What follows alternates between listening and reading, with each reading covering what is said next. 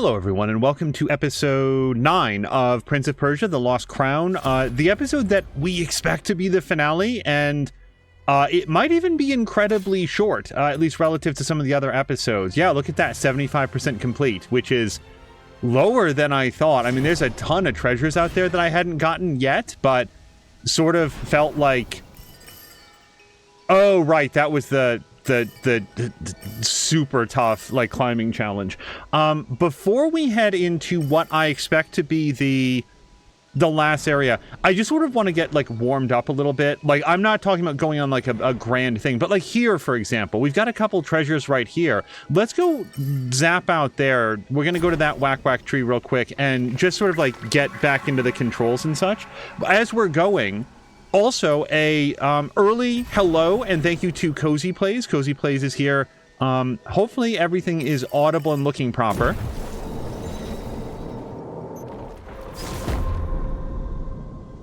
All right, I think we're mostly ready to go. Yeah, Cozy Plays, I hope that your Saturday is going well. And...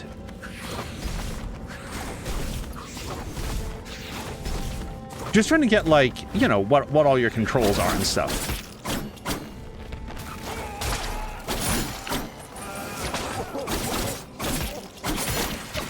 Okay, hold on. Okay, that hurt. All right.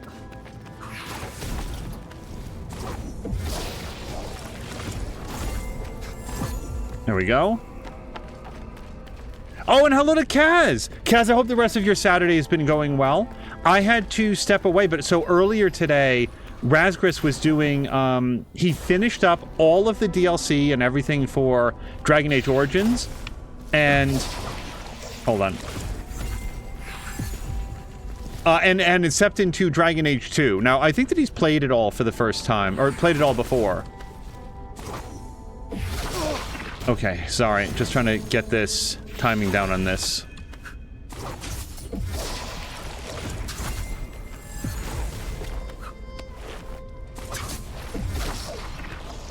Hold on. Okay, I'm just removing that clone and building another one. Okay, but don't do that anymore. I don't know what I was thinking. Hold on.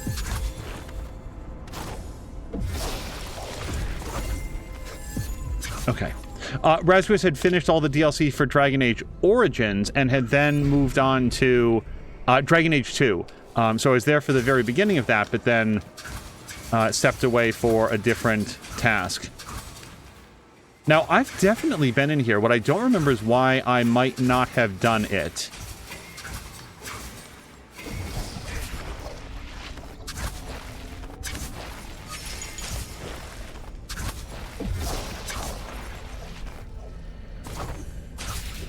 Oh, this coming back to me now. Yeah, I remember, like, you have to do, like, a wall jump against these, which is actually really difficult. Either that or I was overthinking it, which is also incredibly possible.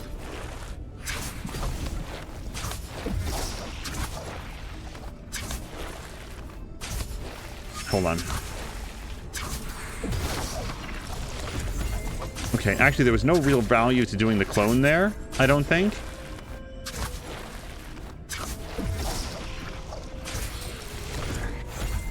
Okay, yeah, not yet.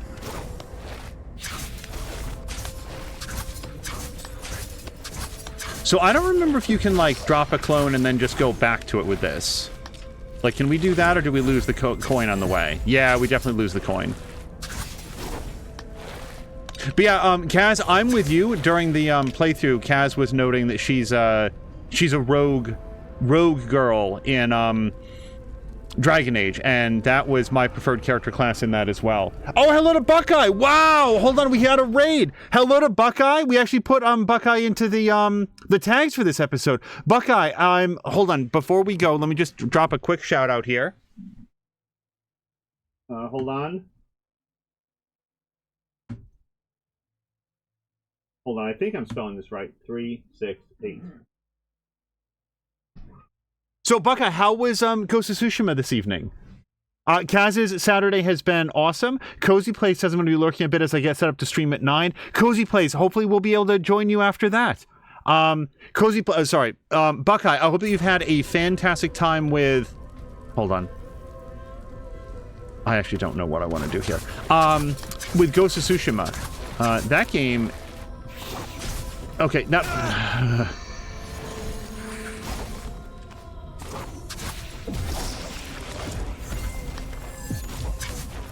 Okay, hold on. I really had a great time with Ghost of Tsushima. I would recommend it to folks, for sure. Hot take, I know. Yeah, this for me is less about getting the coin and more just about like getting back into the controls. You know, you spend a day or two away from something and you're like, give me a second, let me figure this out.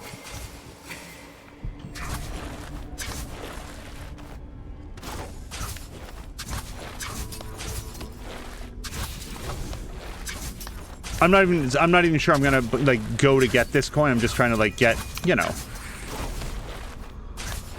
figure out the mechanics, the movement again.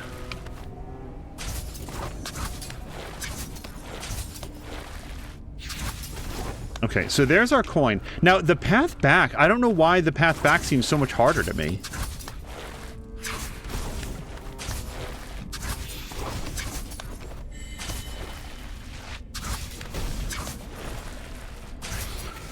Oh, it's got spikes, damn it. Okay, look, I I feel like I get it in theory. I just wanted to sort of like get back into like the swing of things, and I feel like I've done that. Oh, Buckeye finished it.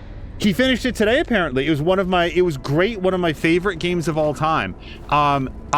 Whoops. Hold on. Move. Go. That's awesome.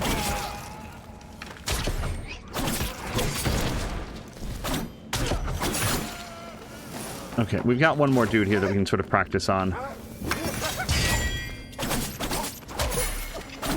Now, Buckeye, did you also do the DLC? Because the DLC, I've mentioned this in the past, came out a touch after I had finished it, and I've mentioned this in streams in the past. I frequently think in my head, oh, I will go back and play it when the DLC comes out, and it just never winds up happening. Buckeye says, I haven't finished it yet. Oh, just saying that the stream is great. So, yeah, I'll just say this. There is nothing that's going to happen, I don't think, between wherever you are, and the end of the game where you'll be like, oh, well, now it's not one of my favorite games of all time. That is not a game that has, like, a sudden late game turn, and you're like, oh, man, this kind of ruined it. I thought that game was great from the start and only got better as it went on. So, yeah, that was it. I just sort of wanted to, like, you know, get warmed up here a little bit. And we're going to head into what we think is going to be the last section. They certainly made all the sounds that Varum is going to be up here. I do admire you, Sargon. You don't need Artaban or Nade's help to get here. So the summit of Mount Karth is where it will all play out. Considering what Varum is after, he should be in the Hall of Divination by now. I must stop him before he absorbs the heart of the Simorg. And that power in the wrong hands could destroy Persia. The Simorg's feathers. I have some of them. I know they don't belong to someone like me. Bloodline is not everything. It's your actions that matter. And look how Varum changed. You must defeat him, Sargon. I'll try to save him first. It may be the last time we meet. Sargon, bravery is what makes you immortal. The fate of Persia depends on you. All right, we definitely got all that in the last episode, but I figured once it got started, why not go through it all?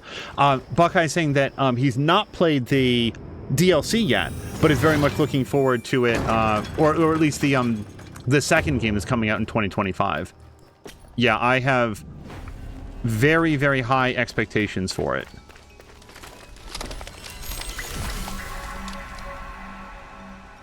So, let's take a look at our amulets. Greatly increase the power of standard sword attacks. I'm not taking that off. Arrows. probably leaving that on. What's our new one over here? Arrows become flaming arrows. Here's the thing. That sounds like it'd be pretty cool, except I bet you against any boss, the amount of damage is going to be so low as to not be valuable. Now here's the time bubble. I don't know. I don't know if that's going to be helpful against a boss. Greatly restore health after a successful parry. Have we seen that actually operate? I know that I don't parry as much as like a good player would, but I'm not sure that I've really seen that come true for us.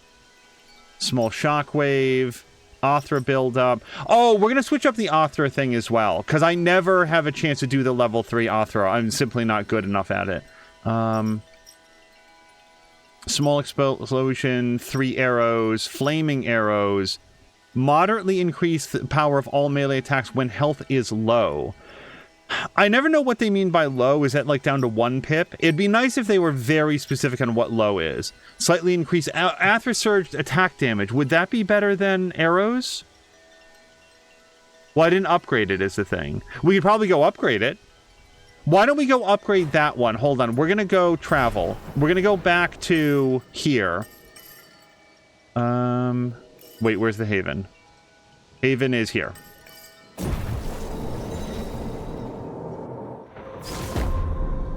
Yeah, we're just going to do a quick upgrade on that one because, like, again, the arrows just don't do a lot of damage even when upgraded. So against the boss, I feel like it's just, like, annoyance damage. You're just, like, flicking little tiny pieces of chalk at him or something. Do I care about any of this? I don't think that's going to help very much. Time crystals and then trigger area damage. That one might not be bad, but I don't think it's going to be great. So let's go find the one that was... Yeah, this one. Let's upgrade this. We should have plenty of resources. Yeah, like, it's not even, like, spoilers. Like, I'm trying to think of what even I would want to see. Boy, I wish I had that. Yeah, we're not going to find 3 more ingots.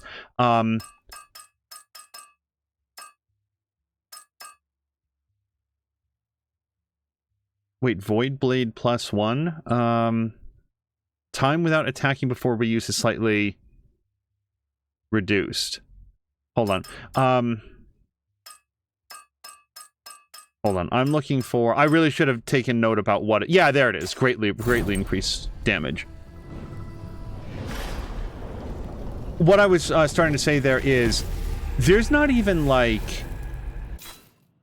Ghost of Tsushima was not a game where I was like, oh man, and in the sequel they could do this and that. Like, when I played Shadow of Mordor, that was like the first of those games, if I remember correctly. Coming out of that, I was like, oh man, like I really had a great time with this game, but like the 2 maps were kind of just a big mud field, and there weren't a lot of like... So wouldn't it be awesome if they, in the sequel... they let you go to other parts of Middle-earth. Like, I don't care if it's still called Shadow of Mordor, but then you could go to, like, the Elven City or, like, the Shire, and, like, you could see other parts of Middle-earth and have it be, like, more geographic. And then they didn't do any of that. They just hung out in Mordor some more, and it's still just a super not interesting place to explore, which I think is kind of a missed opportunity. So, I'm going to take that off. Wait. Okay, hold on, I did that wrong. I haven't switched these up very much. Here's what I want to do. I think I want to put this in, and I think I want to put it in over my level 2. But I want to put it here, and then put this in on level 3. Right. So it should be... X is the normal attack, and if I somehow get a level 3, then I'll be able to do, like, the super-duper one. Yeah, that's not going to help.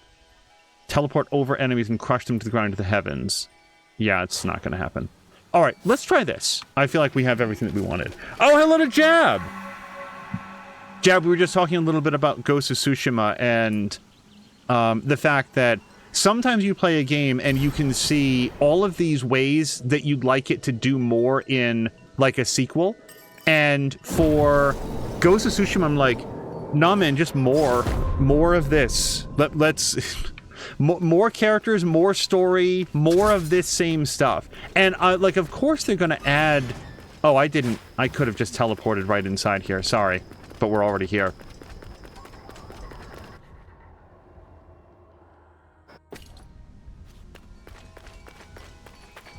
Like, honest to God, if they just use the same engine, the same animation, the same, like, moveset and stuff like that.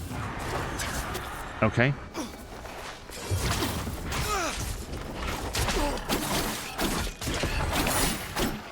All right, I'm going to heal, because that was a lot of damage all of a sudden. And just like a new map and new characters and a new story, I would be perfectly fine with it. That's not the way that sequels ever go. They're going to want to add a whole bunch of stuff to it. And plus, it's going to be like, I'm sure, a PlayStation 5 game now. So it'll look better, it'll play better, have a higher frame rate. Like, I'm here for all of it. I just feel like they'd really have to work to find a way to screw it up. And I hope that they don't. Okay, I don't want to get hit by any of you guys.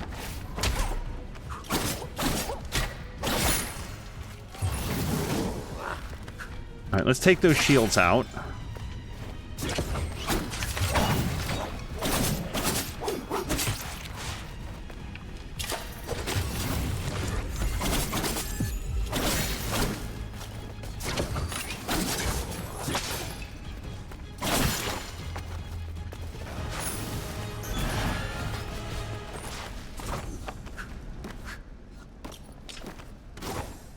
Hold on.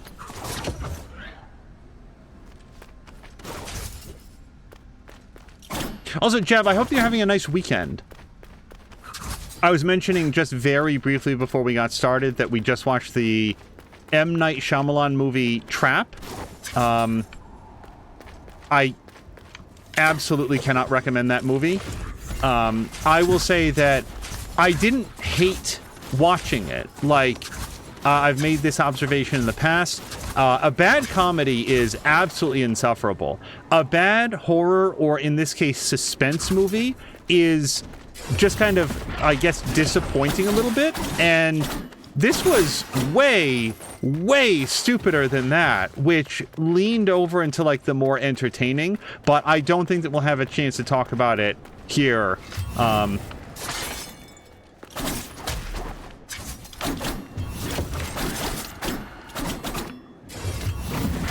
Okay.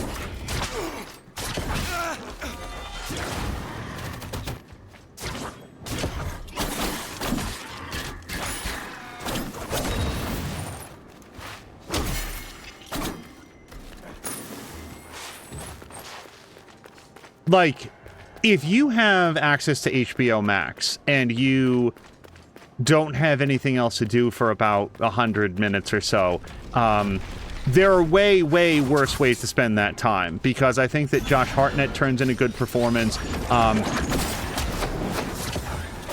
Oh boy.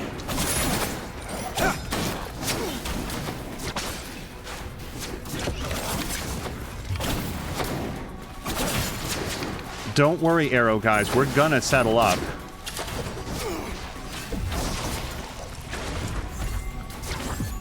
Stop. Wait, can I throw their arrows back at them? I've never tried, that I remember.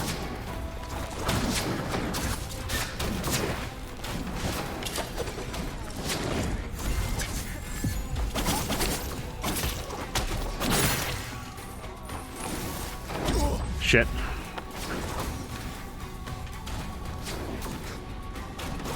And I'll say this, as far as I know,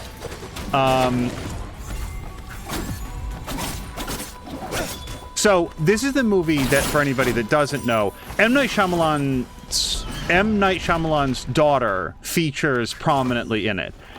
I didn't choose to look into it very carefully, at least not yet, but if it is the fact that that is her singing at various points through the movie, I think that she has a great voice and is very talented and is substantially more talented than I am. If that's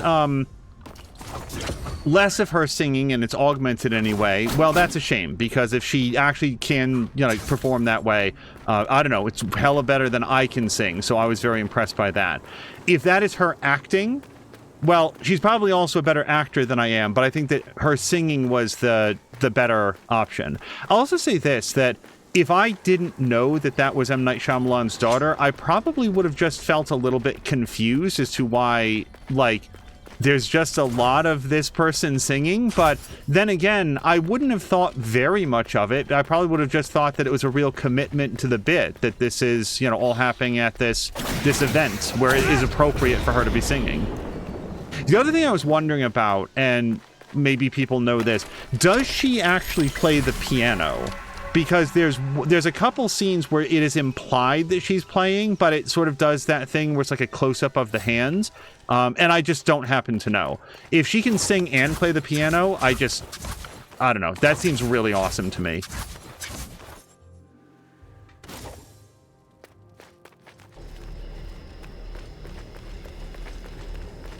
Hold on, do we? Okay, I just wanted to make sure that my Athra surges are where I expected them to be.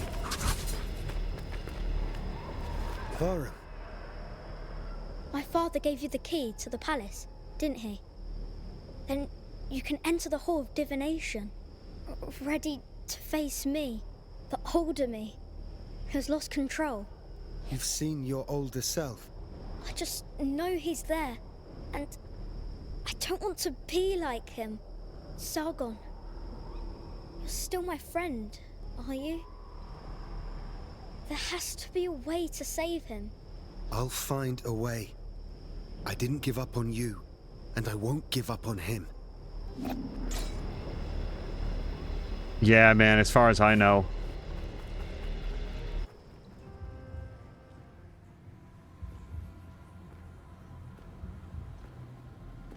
I've lost too much to trust the Samorg again. I can't believe in such a cruel god anymore.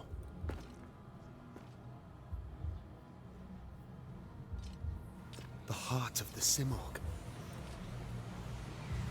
With our powers combined as one, imagine all the good we could do for humankind.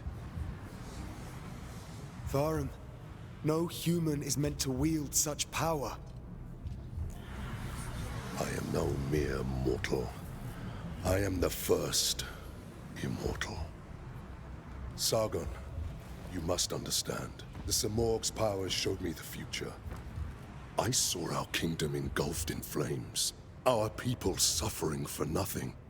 Persia vanishing. Corrupted from within. We can stop it, Sargon. We can build a world free of deceit, lies, human weaknesses. Help me save Persia. Give me your powers.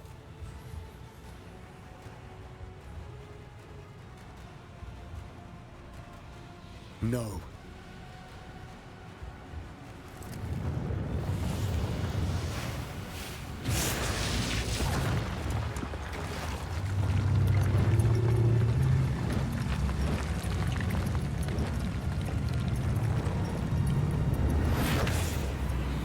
I am time and space. I am creation. And I will create a new, perfect empire. Varum! Varum, no!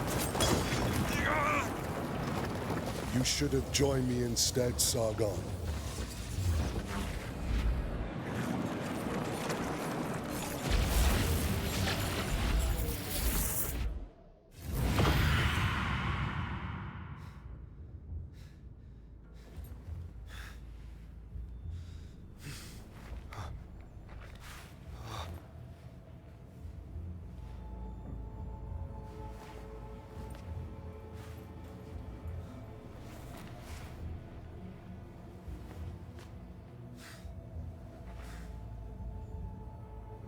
Varum destroyed everything. Mount Kaf, Persepolis. There is nothing left. No immortals. No one. Only the void remains.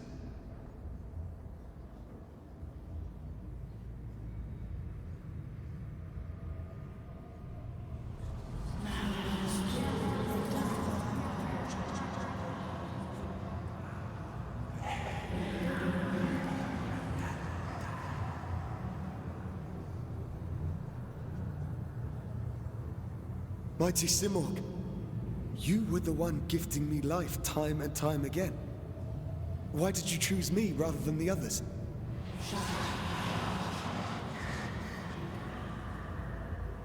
I'm not sure I understand.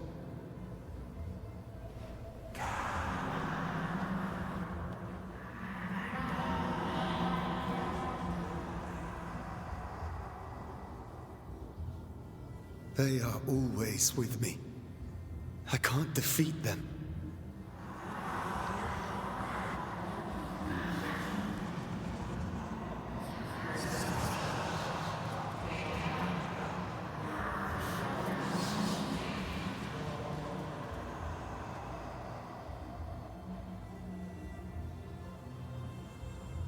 What if it's too late?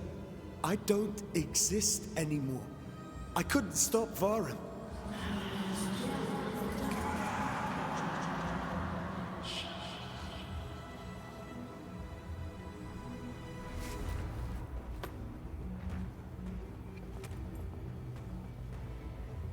Varum is not my enemy.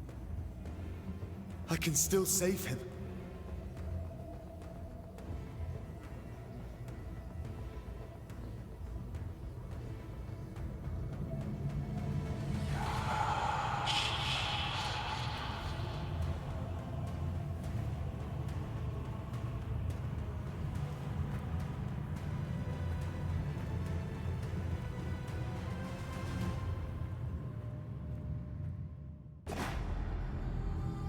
So, if you don't have subtitles on, because the Simurgh is not speaking. Like, if you're out there and you're like, I'm not sure that I understand what this thing is saying. No, nor would I. There's no syllables to it at all. So,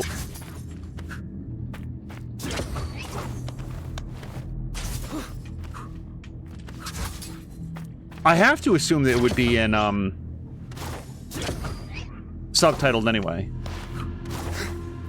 Oh, by the way, Jab was saying that he won't be here for long because his game is starting in just a minute. Jab, I hope it's a great game. We will almost certainly not still be going when it's done, but I hope you have a great time with it.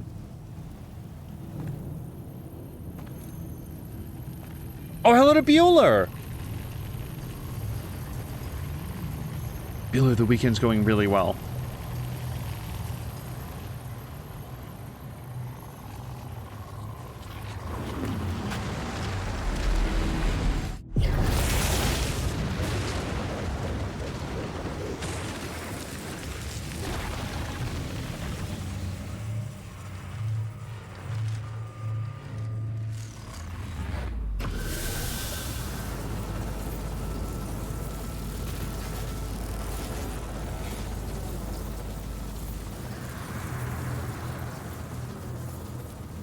Be the first to witness the birth of a new world, Sargon.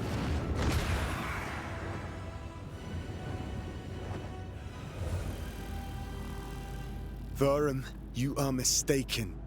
The world you have in mind cannot exist.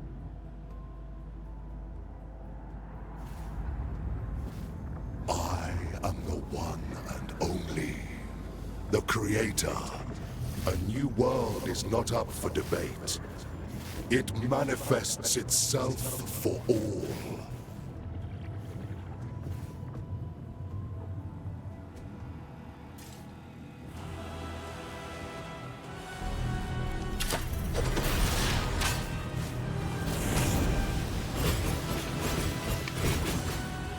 Those are probably parryable.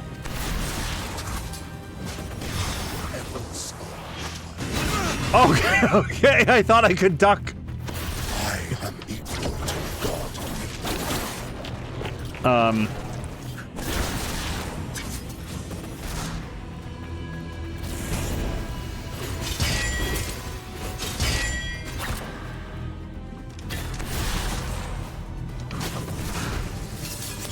Okay, see, I don't know what any of this means. Did I get... Wait, I don't...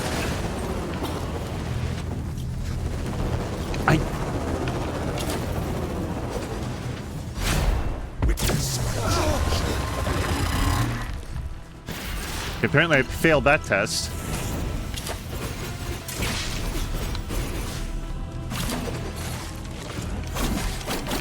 In the name of creation.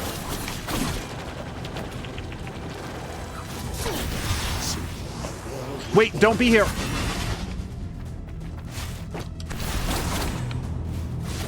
Okay. I think it's probably potion time.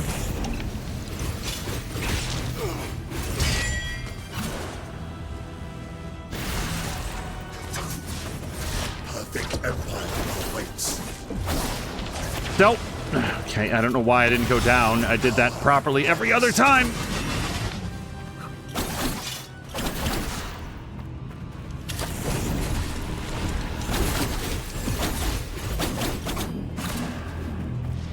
There's 0% chance that this is his health bar, by the way. Like, he definitely 100% is going to come at me with something a lot worse.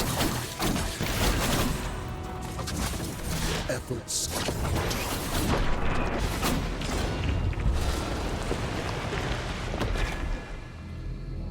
Okay, so do I hit that for a while then?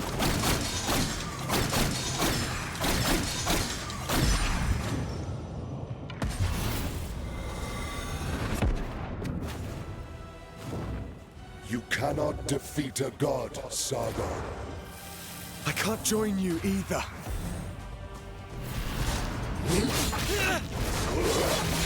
Okay, tough to parry.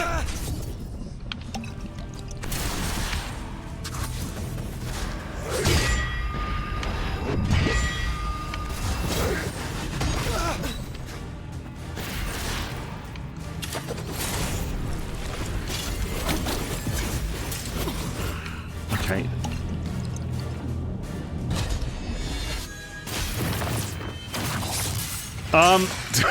It's just ducked.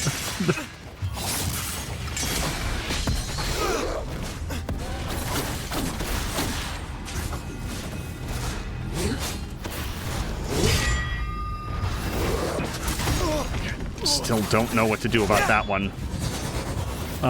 Right here? Nope. Perfect empire awaits.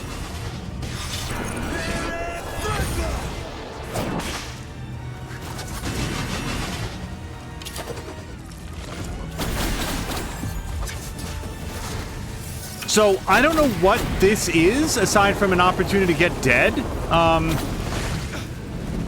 Yeah, do I just sit out here and just plink at him, or what? Because that's not doing any damage to him. Okay, I don't know what I was doing there. So he gathers power and then does that nuke. So I clearly have to do something. Oh, I'm out of points. Okay, sorry. I meant to do the grapple and I didn't. He does something. He's gathering power and then he does that nuke. So clearly I have to do something. Here's my guess. Well, I'll show you what my guess is. There's no reason to talk it through.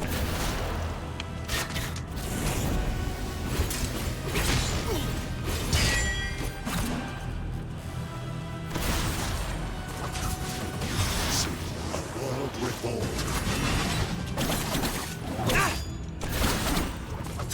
This is my sacred duty.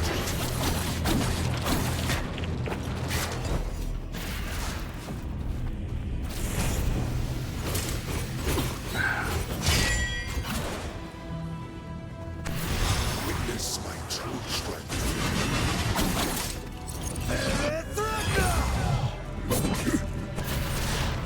Okay, here. So... Okay, hold on. Nope, I want to do that, and then teleport to the other side of it. Okay.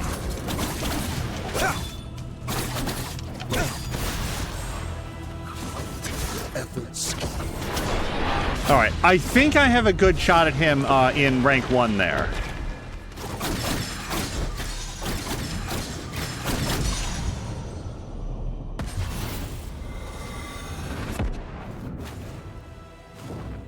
You cannot defeat a god.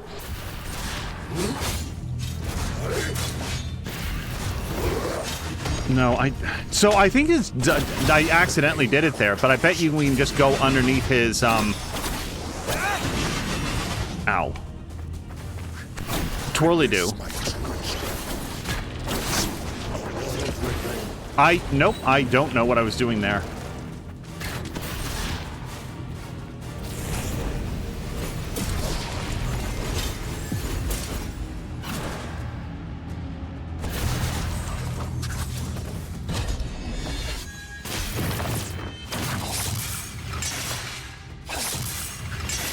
Oy.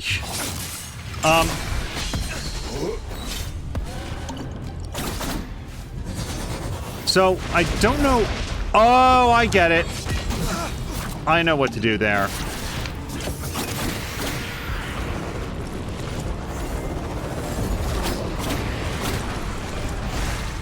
Okay. Need to get way better at that timing.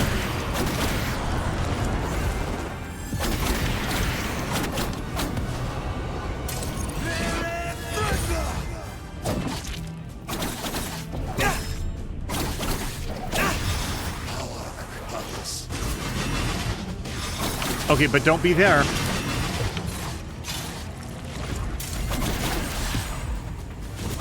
I am God. This is my sacred duty. Oh, I probably shouldn't have used a potion there, sorry.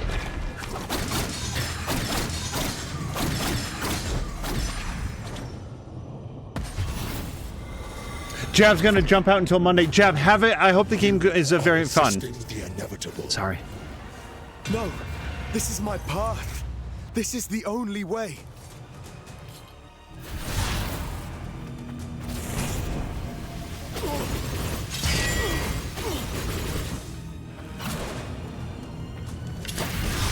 Perfect empire awaits.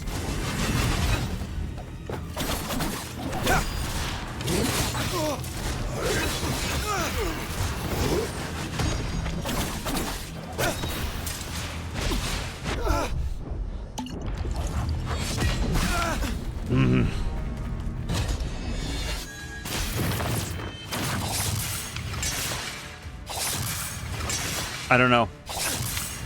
I don't know!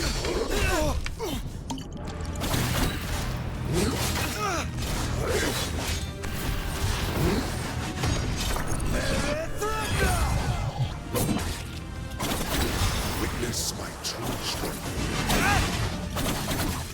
Can I trick him into firing it off screen every time? Because that was great for me. Oh shit. No, okay. So yeah, apparently you can bait him into firing his beam so that it takes up 1/20th of the screen and just whack him in the back. Okay.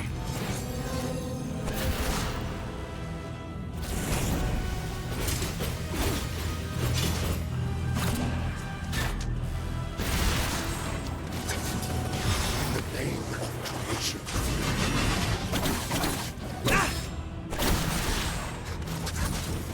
Power and purpose.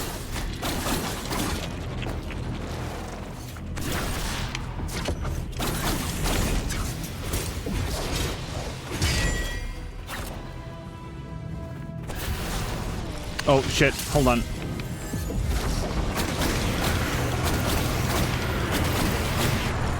Oh, also Javid said that he heard that Trap was just a big music video for M. Night Shyamalan's daughter. No, it's much, much, much stupider than that. But not because of his daughter. I mean, I just want to make that clear. Like, I don't think that M. Night Shyamalan's daughter is the problem with that movie.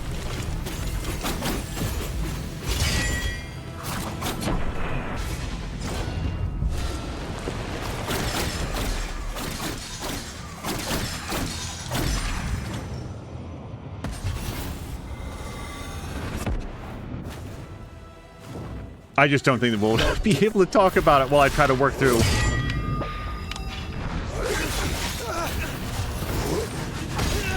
Jesus Christ. I am equal to a god.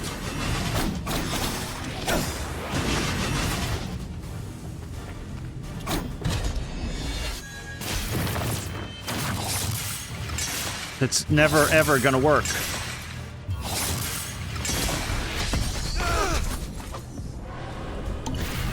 Perfect empire awaits. This is my sacred duty.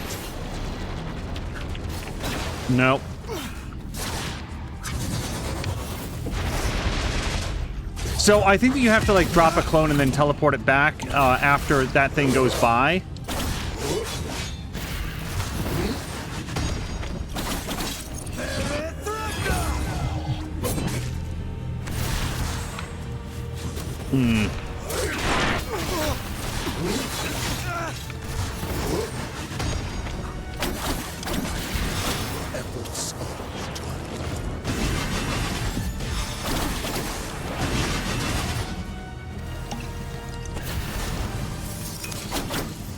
Hold on, we cannot do enough damage to get through this.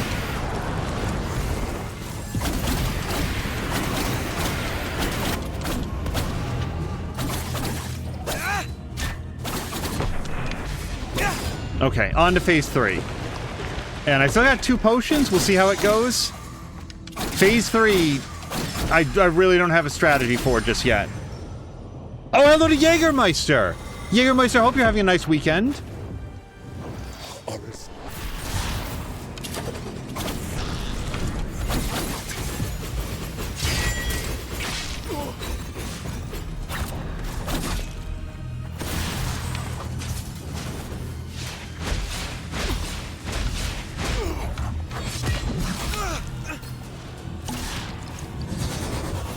Yeah, I feel like I really haven't worked out any part of this yet.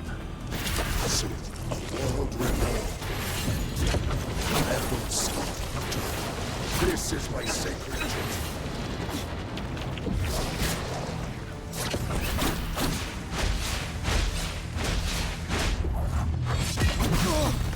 So,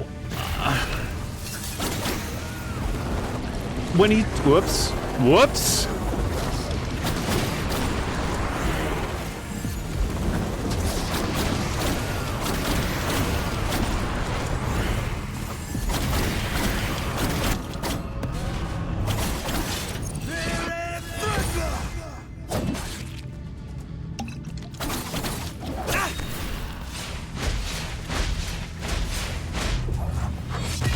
Okay, you can jump it. That's what I needed to learn.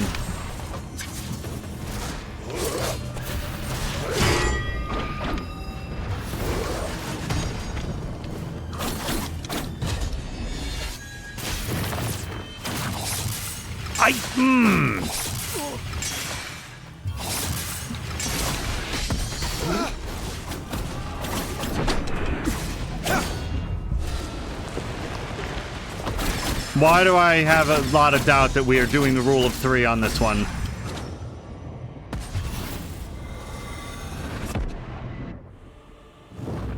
You will give me what's mine.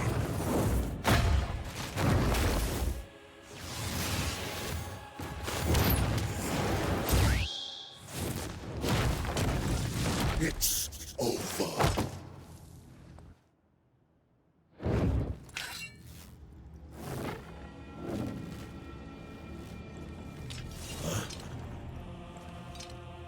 No. I'm here to save you from yourself.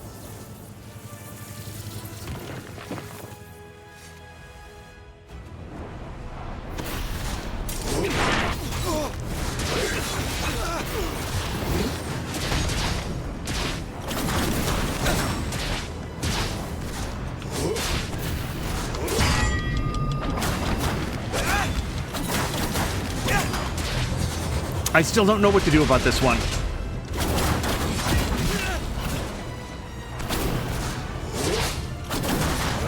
Apparently I have shockwave beams, so we'll use that for a while.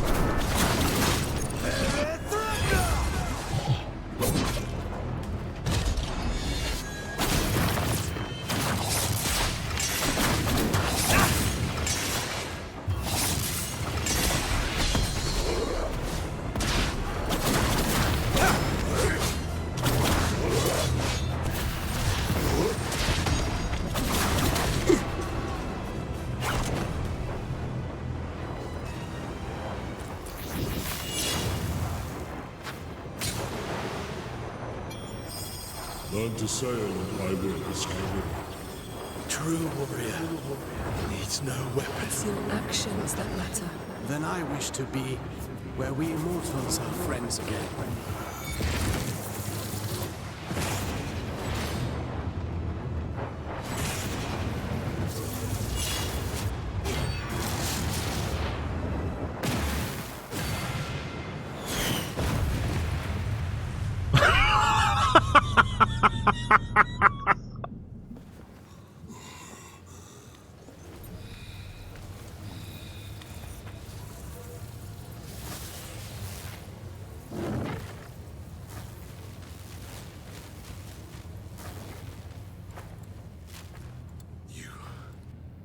You were right, Sargon.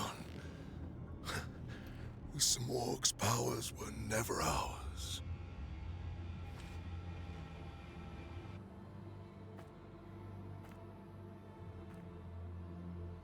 It is the end.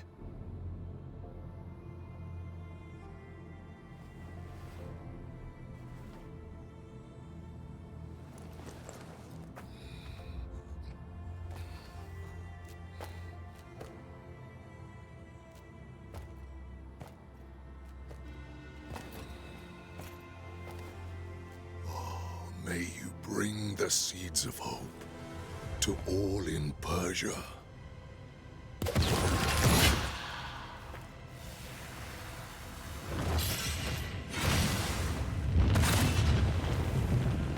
Varum, no!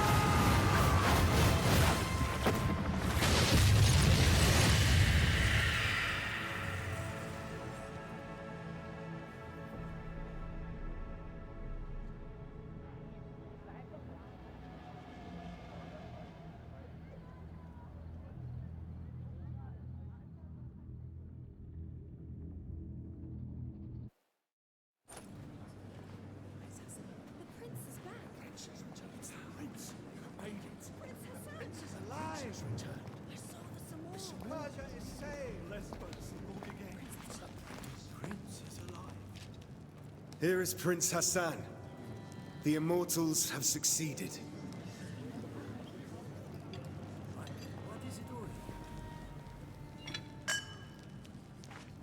What's going on? History will remember you. May our paths cross again. Your Majesty. Not anymore. Sargon, you brought back the Simorg. A triumph worthy of a king. I need no praise. My blades served the crown. But in Mount Kaf, they were bloodied with the truth. Orod, Menelaus, Rajin, Anahita, Varum. All dead now. A small price to pay to secure my bloodline.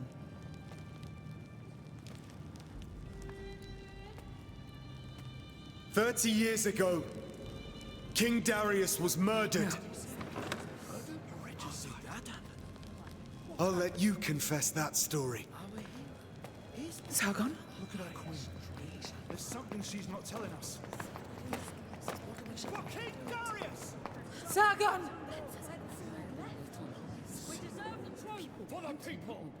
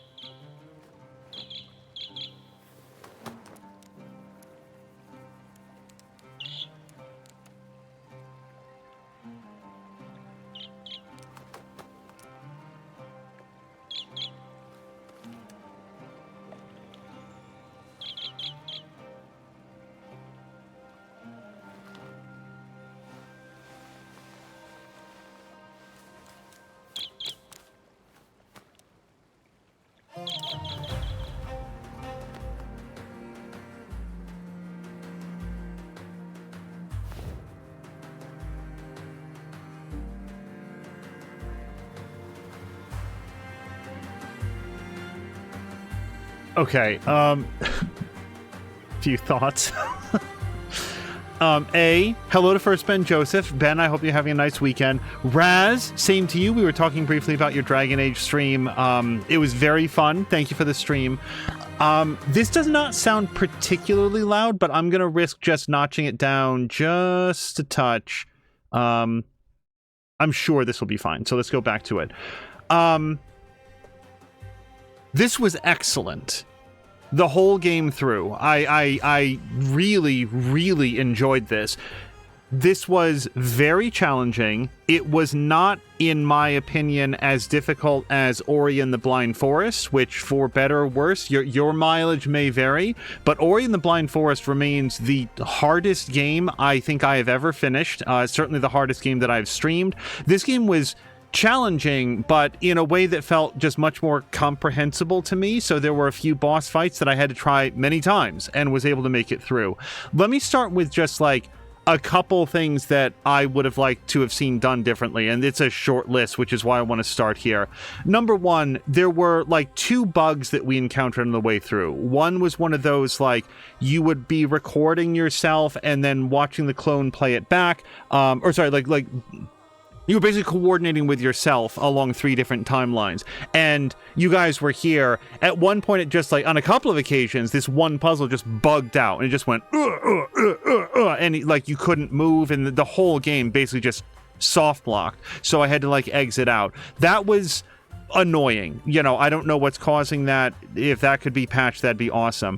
The second thing is that there was at least one case where, like, there was a hatch, like a floor panel that opened up, and I went down. I fought a bunch of guys, but then when I went to go back up, the panel was closed, and I couldn't jump out and I couldn't throw out, and it felt like a bug. So we exit out to the main menu, we reloaded, and was then able to get out, although for a split second I thought that I wasn't going to be able to. Both of these had the threat of potentially being like progression blocking bugs. Like, I briefly thought I was locked in that basement forever and there was no fast travel way out, and if that door had not reset and opened, I really would have been in trouble. It wasn't, made it through, it was all fine. So those are just like minor annoyances, like very slight disruptions in a game that is otherwise just technically excellent, like technically and artistically phenomenal. The only other thing that came to mind as we were playing through was there was that one different puzzle where you had like the 3, it was like 2 episodes ago, I think. It was right at the beginning of the episode where you had like the 3 lanes and you had to navigate down, and if you recorded yourself standing on a pressure plate, it would open the door. But then if a different clone walked across the same pressure plate, even if the first clone was still standing on it, it would reset and close the door. That's like, it just doesn't make any sense with how the puzzle is constructed. It definitely feels like a little bit of a bug, and although I was able to find a workaround and solve the puzzle, it just doesn't feel like it's working correctly, and that's just a weird technical issue. That could be baked into the engine and not possible to fix for all I know. So, whatever. I just wanted to get those out of the way because the rest of it is all praise. The art style. I honestly think this is going to be one of those games where maybe outside of like the lip sync, which is no great shakes for even today, this is going to be one of those games that people can look back on in 5 and 10 years and be like, holy hell, this game still looks really, really good. It's got this highly stylized art design for all the characters and the world and the combat. It's not realistic, but it's sort of like this stylized, cartoony version of a realism with a lot of earth tones and then some bright blues or yellows to start filling out the color palette. But then when the combat kicks off, it's just these bright, vibrant flashes of colors across the screen, and all of Sargon's powers look amazing. The enemy attacks look phenomenal. I love the way that everything was animated, and like the boss battles in particular, I don't watch a lot of anime. I don't watch things like Dragon Ball Z, but just these incredibly like earth-shattering attacks that will get launched off, except it's not like a cutscene, you're participating in them. I adore the artistry in this game, and I think it's so well implemented. The art design team really outdid themselves. This entire game was played at 4K. It looks and runs phenomenal. I never once saw it drop below whatever its target frame rate was, which was never anything less than 60. And the voice acting was awesome. I don't speak any Persian, but somebody had stopped in a couple episodes and said, hey, can you just switch the spoken language to Persian just to hear it? This is, as far as I know, my very first time ever hearing Persian, so like I have no idea, but I love the fact that that's in the game. But what we heard was the English voice acting. I thought that all of the voice actors were really, really good, and I was surprised at like the amount of story that there was, because like, I don't know, man, I played the Sands of Time trilogy, Warrior Within and The Two Thrones, and it certainly had a story, but the story was borderline what happened at the beginning and end. And people are going to come along and say, well, but don't forget about that monster that was hunting after the prince, and I don't remember what it was called, but like the Monster of Time, like he had changed the timeline and stuff. But it just, that was more like the motivation for why you were going through all of this, whereas this had named characters and motivation, and where I had earnestly believed in the first episode that I'd be squaring off against all of the immortals, no, it was actually about half of them, and that wasn't cut content. They had like a story rationale for how some of them fell versus the others, and I like the fact that it mixed up what I'd expected to be the arc of the game, the structure of the game, and you had a sense as you move through, okay, so I'm definitely going to come to blows with this guy, but wasn't really sure when or what, but you did know why, because that was very well established. And I just really like the fact that even if you didn't get a sense for like who Orad was like in his off hours, he definitely had his own distinct personality as opposed to Menelaus and as opposed to Varum. Varum is a fascinating character to me, because I don't ever think that it's super satisfying when you encounter a story and it's like the bad guy is bad just for the sake of being bad, or the bad guy has been corrupted by power or a demon or whoever else. It's so much more interesting, isn't it, if the bad guys not only see themselves as the good guys, but you can absolutely, like, you could almost get there yourself based on what they've been through. Prince of Persia: The Lost Crown even goes a step further, which is, I'm not at all convinced Varum was at any point the bad guy. I do feel like the story is here to establish that no mortal is supposed to have the powers of the Simurgh, and there was just Simorgh. There just wasn't ever going to be a way for anybody to wield that properly. But look at what we learn about Varum as the story went on. Razgris was saying, sorry about the bugs, they're a pain. I just feel fortunate that it wasn't anything really severe. I get, and thank you to Sam Melander and the GGs. Oh gosh, they just started with the lyrics and the music, and that sort of threw me off a little bit. Think about what we learned about Varum. He was sworn to serve the crown, and at some point learned, or maybe always knew, that his own father had been murdered by the queen that he was serving, and he sort of like just kept that to himself and went on serving the crown until he saw an opportunity to be blunt, put right what had been wrong.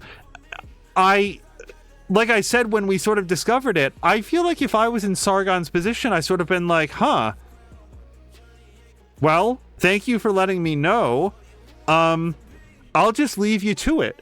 And just left. I would have just walked out. This no longer feels like it's my concern. Sargon is not defending the crown. Sargon is defending the usurpers of the crown. And the dude who is the rightful liege is right there taking back what was taken from him. I don't think that monarchies and emperors are a good way to run a government, but it's not my government. It's the one that is and always has been. And under the rules, this guy got fucked, and that doesn't feel good. And also, you sort of see a bit of it at the end. I didn't want to like break in and say anything about that. But when Sargon comes back to court at the end, it's like, here's the list of all the people that dies. And Tamara says, what a small price to pay to defend my family.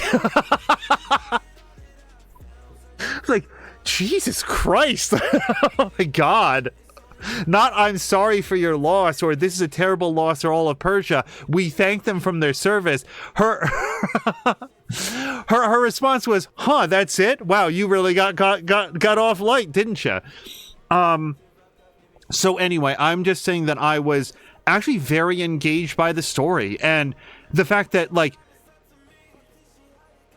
even right up to the end, Sargon's position is, this is what I have to do, because this much power in the hands of any mortal is going to put all of Persia in grave danger. But there was no joy to it. There was no vengeance. And in fact, what the Simorg says to him at the end, or the lesson, I didn't feel like this is what the Simorg was saying, but it's what he took from it, was he wasn't going in there to defeat Varum. He was going in there to save him. Varum was not his enemy. It was getting Varum separated from the power. I also just wanted to give a shout out to the cinematics, because we talked about the artwork and we talked about the graphics and like the energy that comes with all of the combat. But then you get to those cinematics, like there at the end when Varum just drew his blade and just does this like god cleave through like this perfect line through the like cement that he's standing on. No, it's not cement, stone, whatever that he's standing on, to separate it and to go into the void so that he can heal what he's done. Just that brilliant flash of vermilion as it cuts through the stone. It's so beautiful. Like everything in the game looks so good. I don't know at what point in the development process they have to sit down with the artist and just say, this style, just go for style, make it.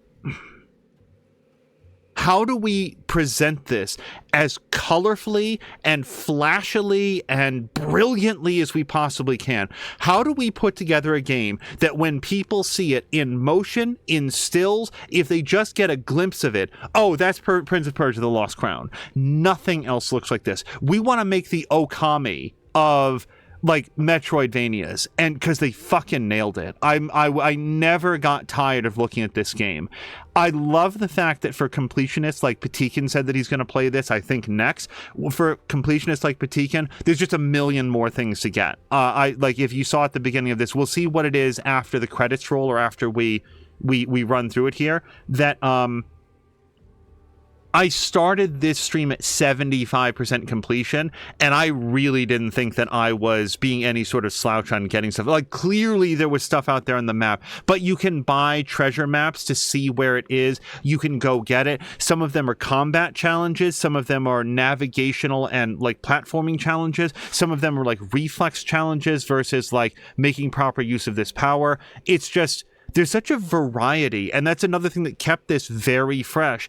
If a game is challenging, it's so much more approachable if you get the sense that I can come back to this a little bit later, or this new thing that is challenging is different than what I was doing 15 minutes ago that was challenging. And it just kept everything feeling very, very active, very energetic as you were going through, because even within the platforming, you'd have, you know, doing complex jumps to avoid the spike traps. And then you'd have a puzzle that was more about like throwing the chakram and then teleporting to it. And then you'd have like, you've got to throw the switches in these orders. And that's before, and by the way, almost all of the really difficult stuff is all side content. If you just want to go through the main story and just enjoy that and not worry very much about picking up every single thing on the map, which is borderline how I did it, you saw there, like, there's a coin at the end of this. If I really want to find and upgrade every single charm, get them all fully upgraded, I'm sure you have to find every single coin. I would have loved to find 3 more of the ingots to upgrade the bow. Here are the challenges that you can do if you want to do that. And also, if you don't want to do that, don't. You don't have to. There's no law. Nobody's gonna come and like, oh, you only played 75% of this. So yeah, this was one of the tightest, snappiest, most just mechanically and visually appealing. Sorry, did he do the so I'm just slightly distracted. Voice performance and performance capture and voice. So wow, did the voice actors did their motion capture as well, is what I'm taking from that. Anyway, I'm just always impressed when they do more stuff. Where'd I leave off? Metroidvanias that I've played. I was just endlessly pleased to play this game. And there's one other thing, just so that you guys... Oh, Patikin says, how dare you only got 75%. We'll see. It might be up to like 76% after doing that fight. I just want to say here at the end, and I've brought this up at various points, if I'm not enjoying something, then I will stop doing it. And if I'm feeling frustrated in the moment, like this is the next thing to do and I can't, I would not hesitate to like call the stream. And I just bring this up here because there's times when I feel like I sound a lot more frustrated and salty than I'm actually feeling, and that would tend to come in the boss fights like Menelaus and Orad, and Menelaus is the one that I feel like took me a few different tries to sort of like get him down, but like that was a highlight for me. I loved that boss fight. The fight against Orad was, in my memory, harder than that, and I just had a great time with it. And if it ever like doesn't sound like that, please understand, I will tend to feel frustrated at my inability to either learn or execute, but that's very different than being mad at the game. And I think as recently as the last episode, I started to say aloud, if I feel like something is mechanically not working properly, I will say that, and that's a very different sentence than like, oh God, I can't get this. Like, if I'm not having fun, I won't do it. Like, I enjoyed every part of this game so much. And even though I'd love to be one of those people that can just like learn that quickly and like get the tough boss on like the second try, I'm not. And also, I feel like that's perfectly fine, that anybody that plays games, and especially anybody that streams, needs to feel good about, like, I'm not here to prove anything. I mean, unless you are, if that's your shtick, that's also okay. But yeah, my memory is that it took me more tries on Menelaus than it did on Orad, and either way, it's fine. Like, I'd like to make progress, but usually it's because the game is teaching something. Like, for example, in the Menelaus fight, it just never occurred to me to try to parry the spread shot that he would do. And credit to the person that stopped by and said it in chat, because I learned that there. And then in this fight, when this guy was shooting yellow projectiles, Varum, when he was shooting his yellow projectiles, you heard me say, oh, I bet you can parry those.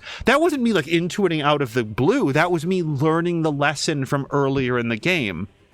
There was also, by the way, remember that one puzzle where it was like, I solved it completely by accident? And then I was like, I spent more time than trying to figure out why that was ever the solution. Because it was like, what? How was I don't know why that was the solution. And then we found it a little bit later. The reason that I cared about that was, like, to learn that lesson, because this is not going to be the last Metroidvania game that I play, and even the next one from a completely different development team, maybe they will have played this. They'll certainly have played Hollow Knight, they'll have played Ori, they'll have played Super Metroid, they'll have played all the Castlevania games. Like, just like this game, you can tell is a love letter to just this genre of game, so will the next one. So learning, wait, how was I supposed to know that? That's important for the next one. And also, like, it's just, I don't know, it's fun to learn. Like how, like, I solved this, but since I don't understand what it meant, I don't know why. The funny thing is, if I'd found, like, the solution and then went there, I probably would have had more time doing the pattern that you needed to do. I cannot overstate how random that was that I got that. I was like, the fuck? Why was that the solution? Raz is saying, Bueller said there was a lot going on in that boss fight. Yeah, and that's the thing, like we'll go back and watch the VODs, mostly to make sure that it looks good for you guys. Like, is this representative? Is there something that we should tweak or change? And looking back on the boss fights, they look even better when you're like in the audience and you're not like focused on like playing, because I'm always about like, where's my character? How do I avoid this? How do I get around this? What's my next move? And I don't get to like appreciate the way it looks as much, and then we'll go back in the VOD and be like, holy shit, this game looks amazing. So like, yeah, there's a lot going on, but this game has such a, for all the flashiness that I talked about, it also is very like, it's very visually communicative. There's sound cues, there's visual cues. It takes some time to learn what this means, but once you learn it, you know what's coming. You know, there was that one in phase 2 of this boss fight. He would do drop attack, 2 drop attacks, drop attack, 2 drop attack, drop attack, and then he'd come down himself. And it took me until the end, until our last run there, to learn, okay, when he comes down, I have to jump, because then he's going to do his like ground whirlwind attack. I got it eventually. The first time that you're playing it, you have no idea what's coming. But once you learn it and you're like, oh, okay. I just think that I've played games that I don't think are fair. This game is eminently fair. And even you're like, I think that any human being is going to die on this a lot. Maybe less than I did, but I'd like to believe sometimes more. And that's because you have to like learn it, and the game is very interested in teaching you. It's not trying to be obtuse or cheap about it.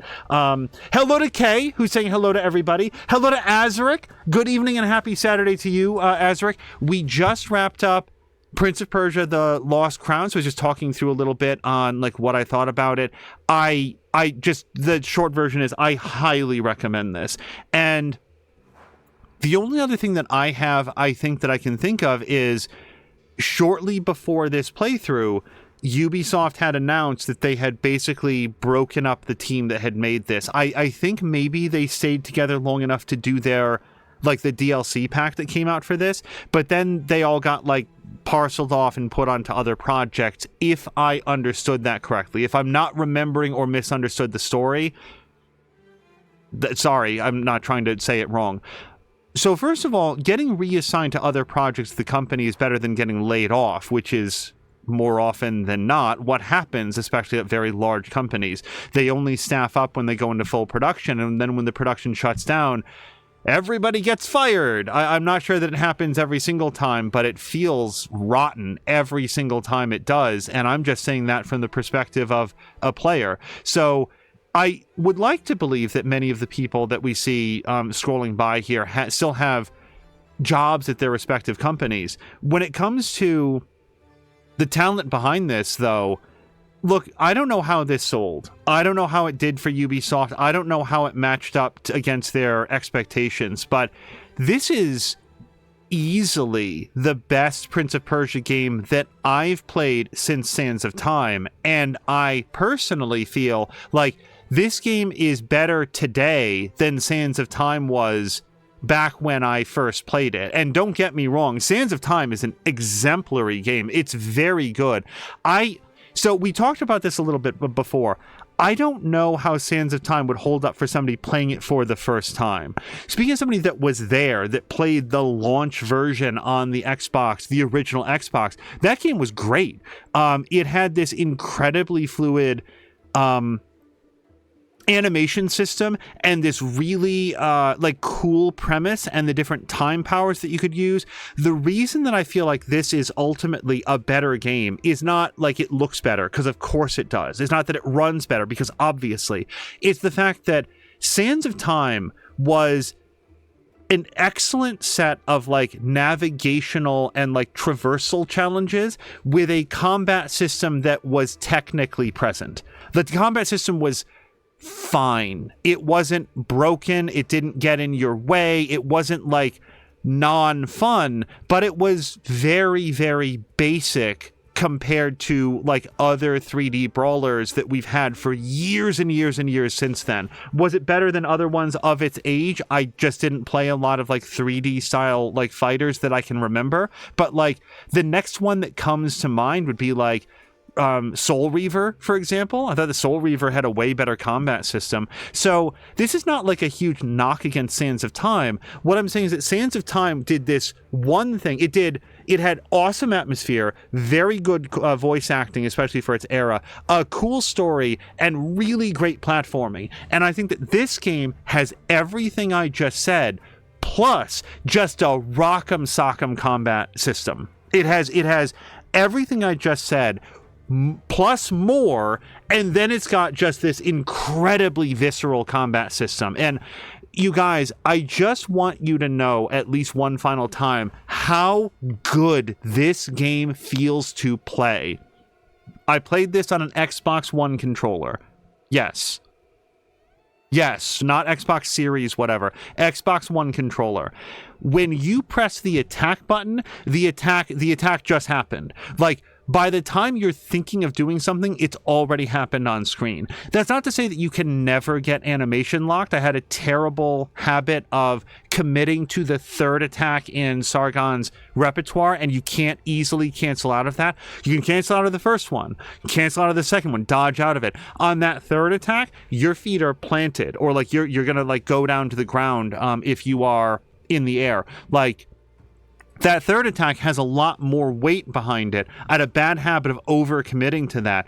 Pretty much everything else, like, you're so mobile, and the game is so responsive. And whether it's combat or platforming, it's pixel perfect. I never...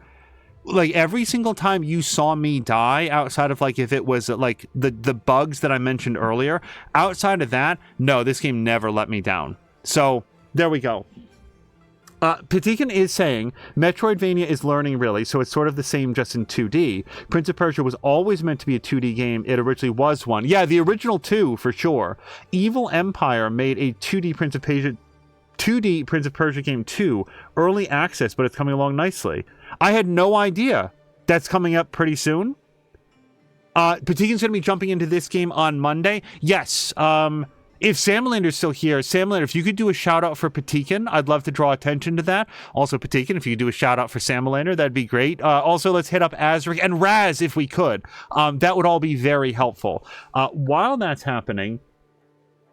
Oh, so Raz is saying for a second, I thought that you were describing a Souls-like. So, Souls-likes also, and I don't think it's uncommon for a lot of games to, like, have... You've got to learn what this means, like to get through it. This game, like in terms of learning a boss's tells and patterns so that then you can figure out how to defeat them, that one specific aspect is very similar in Souls-like games. The difference for me is that, like in actual FromSoft games, I appear to be incapable of learning that about the bosses. I just never do. I never reach that level of familiarity where I can make any progress against them. This has a cleaner art style that is just easier for me to track. So please don't take that as a knock against From Software games. I just haven't played enough of them to have a very educated opinion. What it is this style of game, like this visual presentation, works better for me. I will say that from what I've played of FromSoft games, there are elements of them that I dislike, and that would be more of a tale for a FromSoft games. I know that they're hugely popular, and I never want to dump on what is somebody else's favorite thing, you know? Princess Casey's doing a random dance. Princess Casey, hello to you as well. I saw you come in also. So, let's see. Is there anything else as we're, like, scrolling through the crew at Unity? The music was fine. Like, it was fine. Like, I'm sorry, I don't often have the language to describe music, so it's just a little bit harder for me to talk about. There wasn't anything about the music that ever struck me like, this is an amazing musical cue, except for, by the way, right there at the very end. I did that the music struck me as being very atmospheric, very fitting for both the setting and the situation going on. Not a lot of hard, abrupt cuts from one to the next, like, oh gosh, what were we just playing? Oh, yes. So in the background, and this is going to be a frustratingly vague story, at the same time that I played this, we've also been recording a series, like a narrative game, which is a rare genre that is typically recorded separately and then put up for you guys to see afterwards. And in that game, they get the sound, like the musical cues, dead wrong. It's so frustrating that it has this amazing soundtrack and then it just like completely drops the ball on how and when to implement it. And I know that that's very vague. Don't worry, we'll talk about it when you guys get to see that playthrough. But so in comparison to that, this game had none of that. It's just, I consider it a compliment that my attention was not often drawn to the soundtrack, which means that if the composer's intent was to enhance the atmosphere without drawing attention away from what was happening on screen or between the characters, perfect. Because I was never thinking to myself, oh, listen to how obtrusive this music is. It's sort of like drawing my attention away. One of the more interesting quotes I ever heard about like music design was when they were making the game black and white. Lionhead Studios was making black and white, and I saw a quote from the composer where he talked about like when he was designing the soundtrack for the game, if he ever came up with something that then he heard somebody humming or like whistling later on, he would scrap it because he knew that this was going to be a game that people would be playing for 10s and 20s and 30s of hours. Like they'd be playing for hour after hour after hour. It's supposed to be like this grand, huge strategy game. It wasn't, but that's what they were thinking of it as. And he didn't want the music to ever become grating. He always wanted it to be something that was flowing in the background, almost outside the player's perception. And that's where I feel like this landed. And I just hope that the people that made the music don't feel like that's a dig, because no, I thought that the music served the purpose of adding to the experience in ways that were so subliminal. It worked without ever like detracting from the experience. So that's what I wanted to say. Raz was saying they are quite different, referring to the learning curve. Yeah, a lot of puzzle games, and this game has its share of like mostly traversal puzzles. The combat is arguably like has some puzzle elements of like learning how to do it, but then some of the other like traversal puzzles is like learning from what the game's visual language is, like that we saw today. When like those like big blocks were coming out and like pounding against the wall, and then you use them as platforms to stand on or bounce against. Every single one of them comes in on that circle with a little design of it. Every one of them. The game never deviates from that. It's a very clear visual language, so that if you're walking down a hallway and you get nailed by it, yeah, you weren't paying attention. And that absolutely happened to me on a couple of occasions. Other times, you'd seem to like navigate through an area for the very first time and do it well, but that was always a credit to the designers, not me. I'm just looking at what they put on screen, and fortunately what they put on screen was very clearly communicated. By contrast, when I said earlier that Ori and the Blind Forest is one of the hardest games that I've ever finished, like, there'll be times in that game where you're just walking along and just like a big hammer thing comes down and hits you. And then you look, and sure enough, if you look between those two mushrooms and that little tuft of grass, there actually is a pressure plate there that Ori stepped on. Okay, man, like, yeah, technically if you stop every couple feet to examine very carefully, you might see that. And again, I really liked Ori. I thought that the sequel was much better, but that first game sometimes would just have like, oh, you just die here. You're just going to get killed here, and that's how you learn. Here, yeah, the bosses are probably going to kill you a couple times before you get it. At least that was my experience with it. But for the traversal stuff, oftentimes, like, I would feel like if your reflexes are good enough, if your eyesight is good enough, if you have that level of facility on the controller, you could do it. I'd be super impressed by somebody that did, but yeah, this game is here to, it's not trying to trick you.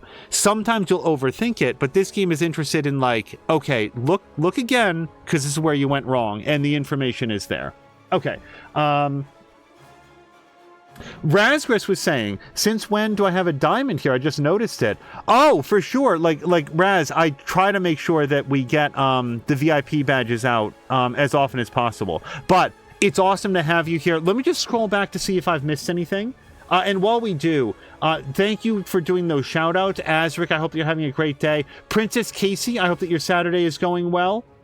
Just scrolling back on through. I just want to make sure if I missed any questions or comments. Did I say hello to Kay? I hope that I did. Jägermeister was asking if I've ever done Hollow Knight. No. Interestingly, like, I did, as you said, Fist, which was really good. Like, Fist was what I played immediately before Ori. Like, I played those games back to back, and Fist was closer to this. Nowhere near as challenging, nowhere near as precise, but also just had this, like, it was just, that was, like, this game was like the perfect blend of combat and platforming. Ori is more of a platforming game. Fist is more of a combat game. So there's plenty of Metroidvania style upgrading and exploring and like platforming and like moving through the world. But Fist is more of like into the combat side of things, and it's very good at that. I really liked Fist. With Ori, I learned the outer limits of what I can possibly do in a platformer. So narrow on getting that done. And you guys, that's it. I feel like that's everything that I have to say about this game. Just aces all around. As I tend to say, I could conceive that someday I might return for the DLC. That's not going to happen right now. Like, I really enjoyed my time with this, but there's a bunch of other games that I'd also like to get through. That probably is the sort of thing that Ubisoft executives don't like to hear, that they put the money into developing this DLC, but their base product was enough that it satisfied. But yeah, just A+ to the developers. If you're out there, if you ever hear this, you worked on this, there's no part of this that I wouldn't say thank you. I mean, I think that that's generally, people are interested in doing their best work and putting out the best product that they can. But this one, this just feels like a triple A level Metroidvania, and it's not a genre that gets this much like care and attention. And just one final time, just A+ to the voice actors. Like, this is not a game that needed the story that it has, and I just really liked it anytime a cutscene kicked off, because A, you never know what you're going to see, and B, it was just really well acted. So there we go. We're gonna quick scroll, I think. I don't know if we can exit out of this, because even at quick scroll, we might be here for a while. While that's running, let me just dial it up. I really don't think we're gonna have like a post credit or anything. Oh, and hello to Ginger Beef and Kaz. Did I say hello to Kaz? I'm lurking. Sorry, I can't hear you. If you hear this later, Kaz, I hope that you're having a great weekend. You guys, the credits are a little much, aren't they? Like, no offense to IT production services, but like, can we start out of this? Yeah, okay. So no offense to distribution team, but Bueller, thank you very much for the cheer. I really appreciate it. Thank you. Also saying, congrats on beating the game. You give the best reviews. I hope in the balance, what I'd like is for people to generally know that if they were ever curious in what I thought, like, I can't promise to be spoiler free, but we hit the end of the game to at least hear somewhat cogent thoughts on what I thought, even though it wasn't like, you know, hopefully more than like I liked it, I didn't like it, but like, here's what I thought really worked, and by the way, here's some notes on what might be done differently. So I appreciate that people like hang out and, you know, hear it through. Czar! Thank you very much for the cheer as well, and that has actually kicked off a hype train. Let's, oh, hold on. Hey, Sargon. Don't worry. I'll take good care of Varum.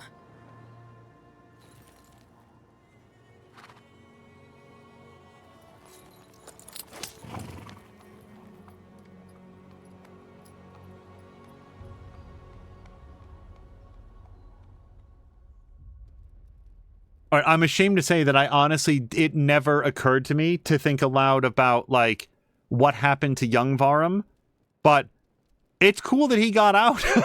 It's like, oh yeah, shit, I kind of forgot to talk about him. I don't know why he's, like, stuck in time, like, unstuck in time inside the temple. Maybe you get some more story beats as you go, but also, it's a time travel story. There's multiple Sargons running around at different points. Like, I get it. But Dean was saying, my reviews are, game is fun. All right, let's go play a new game. Hey, look, everybody, there's many people that like that. True story. Today, we were watching a video that was like somebody revisiting Anno 1602. Why am I being coy about it? Taka, Taka, YouTube creator that I really like his Anno content. We started watching, he's doing a retrospective on the entire Anno series. He started playing Anno 1602, and you scroll down in the comments, somebody actually said they were unsubbing because within the first 2 minutes of him introducing what the project was and why he was doing it, he hadn't started playing the game. So somebody was like, oh, I'm unsubbing. And his response was very understandable. Okay, sorry to see you go. Goodbye. But, like, yeah. Like, it's literally the first 2 minutes, he's just talking through what he's doing. It was a very strange reaction for somebody to be mad about. Raz has gifted a gift sub to Kaz. Czar has now gifted a sub to Ginger Beef. You guys, like, both of you, thank you very, very much. I want to just make sure that I didn't miss anything. Yes, thank you again for the cheers. And something else also happened. Kay just gifted a sub to Jägermeister.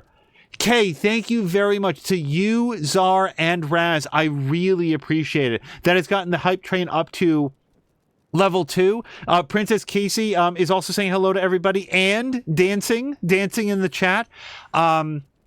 This was so much fun, you guys. You can load your save file to continue your exploration of Mount Koth and complete unresolved mysteries. The boss rush mode is now unlocked with Artaban. Yeah, actually, you could boss rush before this, and between 2 episodes, I think I talked about this. The very first boss, the Manticore, I did go back in and do boss rush against that guy just to, like, get, like, 5% better with the controls, like, in that fight, just to get a little bit more sense for, like, how the combat moved. And there we go. You guys, this was excellent. Thank you so much for joining us for this complete playthrough of Prince of Persia: The Lost Crown.